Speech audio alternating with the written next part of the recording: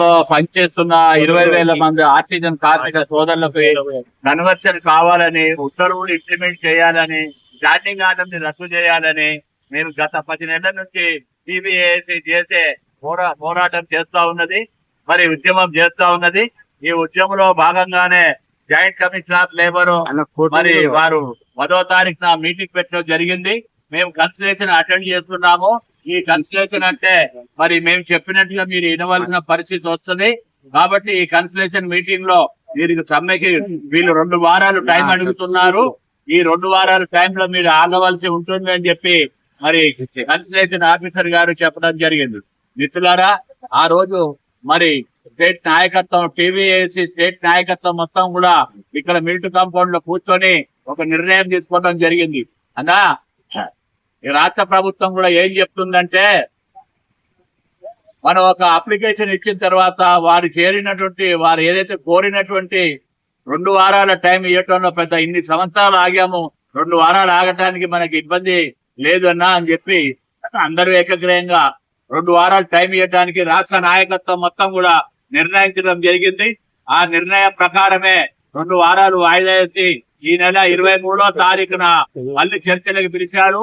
కాబట్టి ఖచ్చితంగా రాష్ట్ర ప్రభుత్వానికి కానీ అలాగే విద్యుత్ శాఖ మంత్రులకి నేను చెప్పేది ఒకటే, అయ్యా మాది ఆర్థిక పరిస్థితి పడనటువంటి సమస్య, ఈ సమస్యని మీరు ఖచ్చితంగా తీర్చాలి. ఎందుకంటే మేము గతంలో నుంచి కోరుతున్నాము. ఆ ప్రభుత్వం 23,000 మందిని అబ్జార్బ్ చేసింది, అంటే విలీనం చేసింది కాంట్రాక్ట్ కార్మికుల నుండి.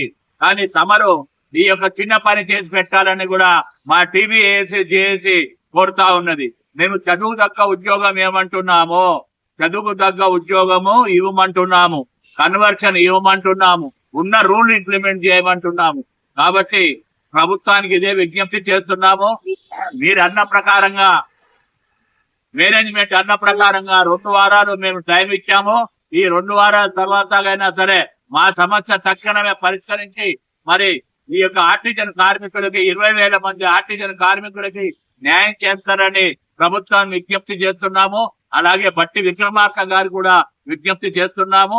అదే మాదిరిగా మరి ఉన్న రూల్ ఇంప్లిమెంట్ చేయడం వల్ల ఎలాంటి నష్టం లేదు. గతంలో ఏపీఎస్సీకి ఉన్నప్పటి నుండి కూడా ఏపీ జెన్కో, టీఎస్ జెన్కో అలాగే అన్ని శాఖలలో కూడా మరి ఉన్న రూలే ఇంప్లిమెంట్ చేశారు. కానీ ఈ సంవత్సరం 2 రూళ్లు పెట్టారు. ఆ 2 రూళ్ల వల్ల 20,000 మంది ఆర్టిజన్ కార్మికులు నష్టపోతున్నారు. కనుక ఈ యొక్క రూల్ ని వ్యతిరేకించి ఉన్న రూల్ ని ఇవ్వమంటున్నాము, స్టాండింగ్ ఆర్డర్ ని రద్దు చేయమంటున్నాము. కాబట్టి దీన్ని ఖచ్చితంగా ప్రభుత్వం ఆలోచించి మేమంతా కూడా మీ మనుషులమని చెప్పి చెప్తున్నాము. ఇది ప్రభుత్వానికి వ్యతిరేకంగా మేము చేయటం లేదు. అది మాత్రం ఖచ్చితంగా మరి ప్రభుత్వం గమనించవలసిన విషయం ఉందని చెప్పి ఈ సభాముఖంగా మనవి చేస్తూ ముగిస్తున్నాను.